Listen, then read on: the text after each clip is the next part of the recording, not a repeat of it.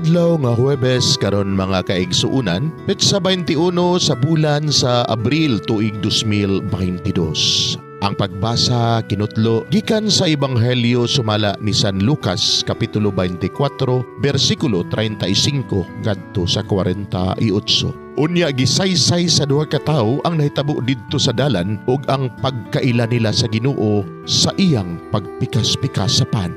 Samtang nagsugilon pa sila niini mitungha ang Ginoo sa taliwala nila og miingon, "Ang kalinaw mag-uban kaninyo."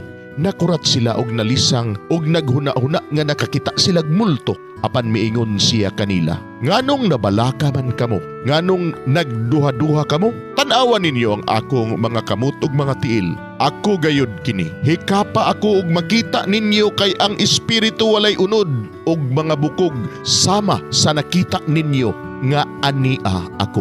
Gisulti niya kini ug iyang gipakita kanila ang iyang mga kamot ug mga tiil. Apan wala gihapon sila makatuo ug hilabihan ang ilang kahibulong apan nalipay sa ilang nakita. Busa gipangutana sila ni Jesus, "Duna ba kamoy makaon dinhi?"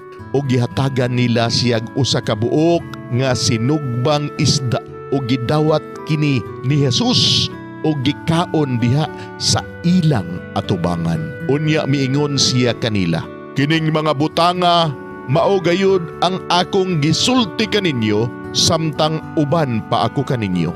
Kinahanglang matuman ang tanan nga nahisulat mahitungod kanako sa balaod ni Moises og sa mga sinulat sa mga propeta ingon man sa mga salmo." Unya gipasabot niya sila sa kasulatan og miingon siya kanila, "Kini mao ang nahisulat nga ang Mesiyas kinahanglan nga mag-antos ug unya mabanhaw sa ikatulong adlaw.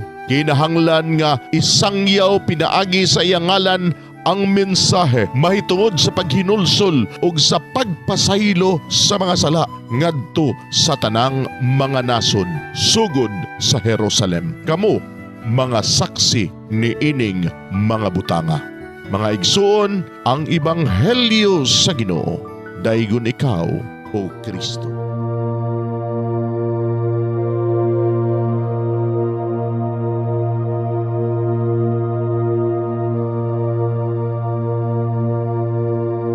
Pagampo sa dili pa magsugod sa trabaho.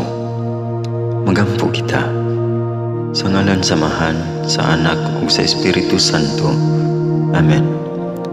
Langit mo namong Amahan, sa among pagsulod nining trabahoan, among gidala ang imong presensya uban kanamo. Among gipamulong ang imong kalinaw, imong grasya, imong kaluoy, ug ang imong perpektong hanay sa among mga trabaho. Among gipadayag ang imong gahom, labaw sa tanan, diha sa mga butang nga among mahimo, masulti, mahuna-unaan, ug mahukman sulod nining adlaw. Ginoo, nagapasalamat kami sa gasa sa kinabuhi, niining bagong adlaw, niining kahigayunan nga kami nakasulod sa trabaho ug mamahimong parte niining nga grupo. Salamat sa mga gasa nga imong gitugyan kanamo. Hamong gamiton kini diha sa pagimaya kanimo. Hatagi kami sa kusog ug kadasig sa pagbuhat sa among mga trabaho. Panalangini ang among mga proyekto, mga ideya ug kusog, aron sa ingon bisan sa pinakagamay namong mga kalampusan, magahatag kini sa imong himaya. Ubani kami Ginoo sa among pagtrabaho nining adlaw. Puna kini nga lugar sa inspirasyon ug kusog. Tabangi kami nga magtrabaho isip usa ka grupo nga mapakita sa usag-usa ang kamaayo. Himuha kami nga maayo nga makabot namo ang mga butang nga kinahanglan namong buhaton. Himuha kini nga lugar nga puno sa kalipay ug panaghigalaay. Ug kamugaway ug kalinaw ang mapatigbabaw niining dapita. Ginoo, kung kami anaa sa kalibog, giyahi kami. Kung kami muwadaan sa kadasig ug paglaom, dasiga kami. Himuha nga ang trabaho nga among gihimo ug ang paagi sa among paghimo niini makahatag unta kini ug hugot nga pagtuo, kalipay o pahiyom sa tanan nga among mahimamat karong adlaw. Panalangini ang among mga pamilya, among Pinoy-anan, among nasod. Himua nga magmatidud-anon kami sa pagtagad ug pag-amuma sa kalikupan ug sa tanang may kinabuhi diha sa pagbuhat kanamo sa pagkabuot sa imong pangandoy alang sa hustisya ug kagawasan. O Ginoo, sa among pagbiya nining lugara, tagay kami sa imong panalangin ug kaluoy sa among pagbiyahe.